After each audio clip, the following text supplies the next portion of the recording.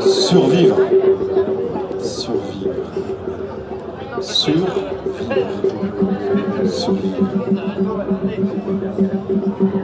Depuis moi, aussi longtemps, aussi loin, aussi profondément que je m'en souvienne, j'ai toujours voulu, j'ai toujours désiré, j'ai toujours du plus profond de mon être voulu survivre. Les autres vivent, les autres simplement vivent avec le donné du monde, avec le fait qu'ils vivent, la vie qui passe en eux, comme un courant simple, comme un courant qui passe, ils flottent sans exister. J'ai toujours voulu survivre. Survivre. Vivre au-delà des autres, vivre plus loin que la vie elle-même, aller encore plus loin, pousser les limites, non à la maladie, non à la faiblesse, non à la mort. Survivre, plus loin, plus loin, plus loin, plus loin, plus loin, plus loin, plus loin, plus loin, plus loin, plus loin, trop, trop, trop, trop, trop, trop, trop, survivre, trop, trop, trop, survivre, trop, survivre, trop, trop. J'ai toujours voulu survivre, trop. Plus ne suffit pas.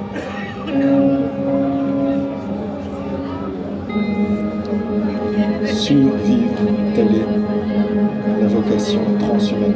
Survivre. Survivre.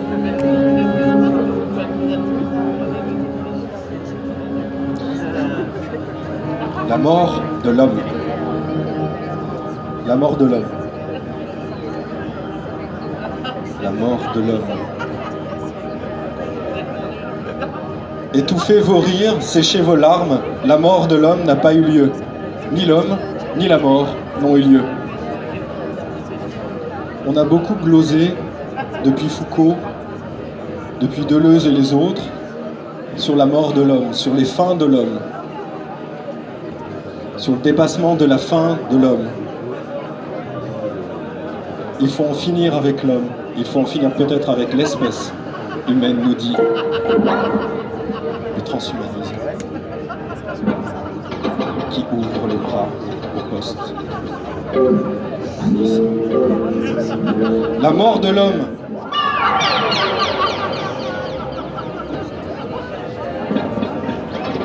La mort de l'homme. Mourir, la mort de l'homme. Ne même plus y penser. C'est peut-être ça, au fond, ce qui est lancé, ce qui est voulu, ce qui est promu, à force d'argent. Mourir la mort de l'homme.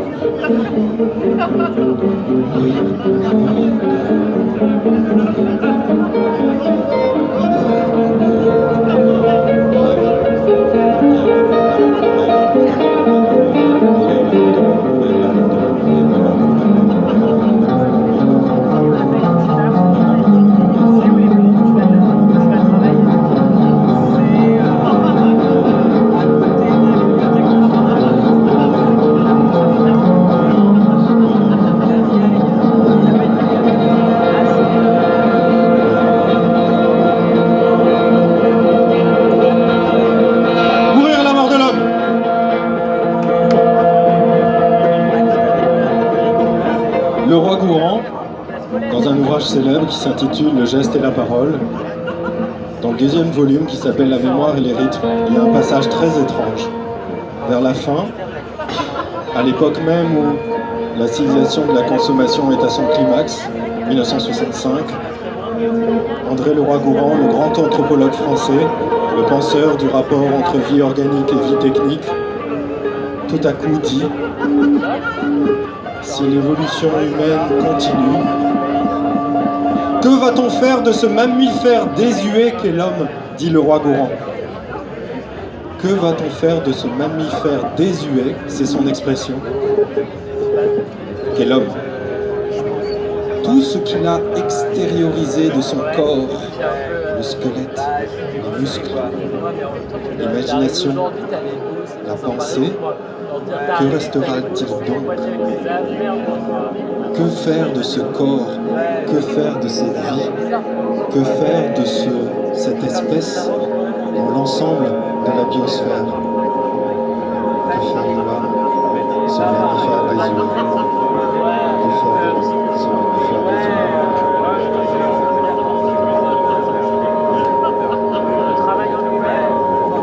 Que dit la philosophie sur tout cela? Eh bien, il y a longtemps déjà, bien avant Ray Kurzweil, bien avant les délires post-humanistes, la philosophie a longtemps rêvé de l'homme parfait, longtemps rêvé de sa perfectibilité, de son devenir mieux que lui-même.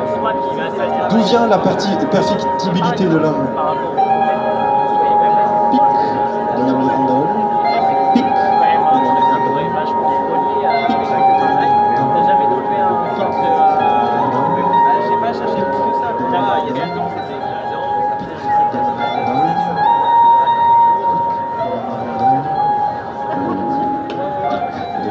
Nous disait Adam, le premier homme, lui le sans place, lui le sans nature. Adam, le premier homme, l'origine de tous les hommes est sans place ni nature. Sans place ni nature, il n'a qu'une chose à faire, se modeler lui-même, se façonner lui-même. Adam, le premier des hommes, n'a qu'une chose à faire, se modeler lui-même, se façonner lui-même, devenir homme.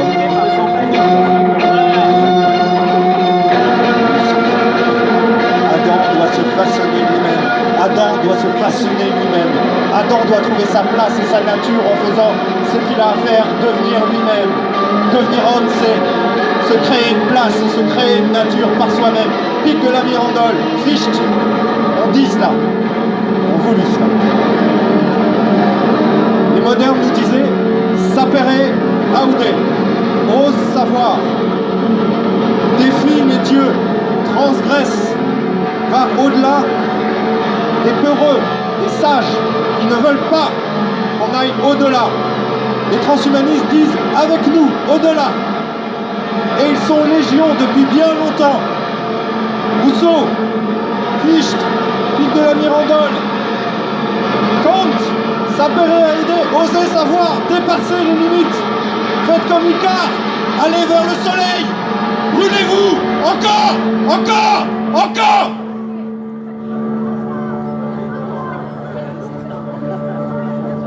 Qui vient? je sais qu'il y a des choses pour lesquelles je suis responsable. Qui vient avec le post-humain? Qui s'adresse à nous? Qui survient? Qui prend la place? Les surhommes nietzschéens, dévoyés par les nazis, transformés en folie criminelle contre les tziganes, les juifs, les homosexuels, délire d'immortalité, délire de jeunesse infinie. Est-ce l'homme total de Marx? Lui aussi transformé en aliénation du mouvement communiste international, conditionnement soviétique, le sur-homme qui survit, Stakhanov qui travaille au-delà de toute limite humaine, là-bas, au loin, dans la Grande Russie. Ce post-humain, qui est-il si le transhumain n'est qu'un passage? Qui est-il le post-humain? Qui est-il? Qui est-il? Tu peux nous dire avec ta guitare? Qui est-il le post-humain? Qui est-il? Qui vient? Comment vient-il? Qui vient? Comment vient-il? Qui vient? Comment vient-il? Qui est le post-humain? Qui vient? Qui vient? Comment est-il? Qui est le post-humain? Qui vient? Comment est-il? Qui est le post-humain? Qui vient? Comment est-il? Qui est le post-humain? Qui vient? Comment est-il? Qui est le post-humain? Qui vient? Comment est-il? Qui est le post-humain? Qui vient? Comment est-il? Qui est le post-humain? Qui vient? Comment est-il? Qui est le post-humain? Qui vient? Comment est-il? Qui est le post-humain? Qui vient? Comment est-il? Qui est le post-humain? Qui vient? Comment est-il? Qui est le post-humain? Qui vient? Elles veulent me pousser, tu vois, et... Tout a déjà changé. En fait, il n'y a pas beaucoup de choses. Tout a déjà changé. C'est pas Nous croyons que c'est pour demain, Des fois, il y a des choses qui me font paraître. que le transhumain, le post-humain n'est qu'une promesse qui ne tient qu'avec ceux qui y croient. Pourtant, tout a déjà changé. La sexualité, la procréation, la maladie, la mort, tout a déjà changé. J'arrive à le voir, Tout a des déjà choses changé. des choses que je sais pas faire et que Les combats sont peut-être déjà perdus. Oh, vous me direz, on va pas jouer entre bioconservateurs et technomètres. Il ne s'agit pas de chercher des camps. Peut-être de poser les bonnes questions. Comme qui vient? Qui s'adresse à nous?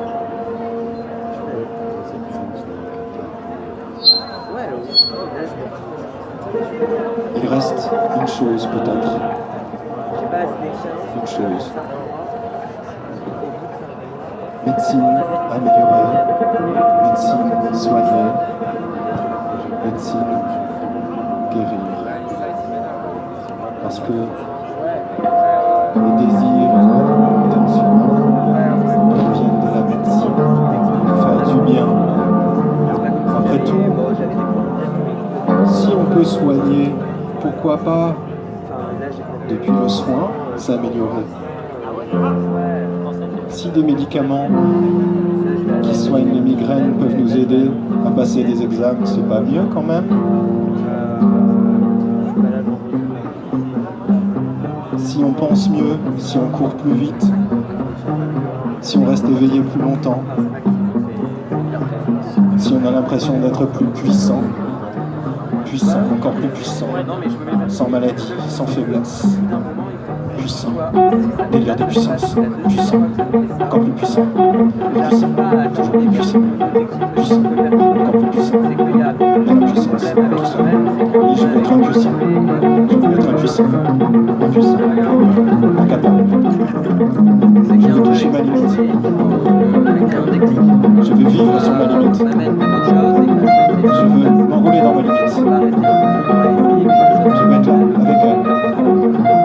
Ma limite, c'est ma couverture. Ma limite, c'est mon foyer. Ma limite, me montre dedans. Ma limite, me montre dehors. Ma limite, entendez-vous ma limite? Ma limite. Encore une fois, qui vient? Qui vient? Ma limite. Qui vient? Ma limite. Qui vient? Ma limite. Encore une fois, qui vient?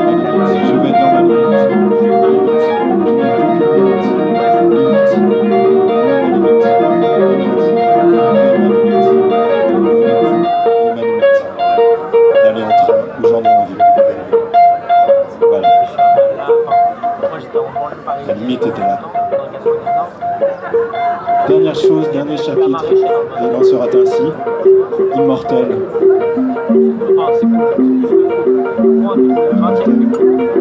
Quelle est notre honte aujourd'hui?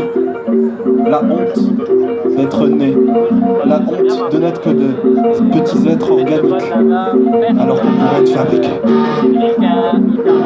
Gunther Anders, la honte prométhéenne. Si seulement on était fabriqué, si seulement on était artificiel, si seulement on pouvait s'améliorer, si seulement on pouvait se perfectionner, si seulement on pouvait toujours avoir un ingénieur qui remplace les pièces défectueuses, si seulement on pouvait être meilleur, si seulement on pouvait devenir immortel. Immortel.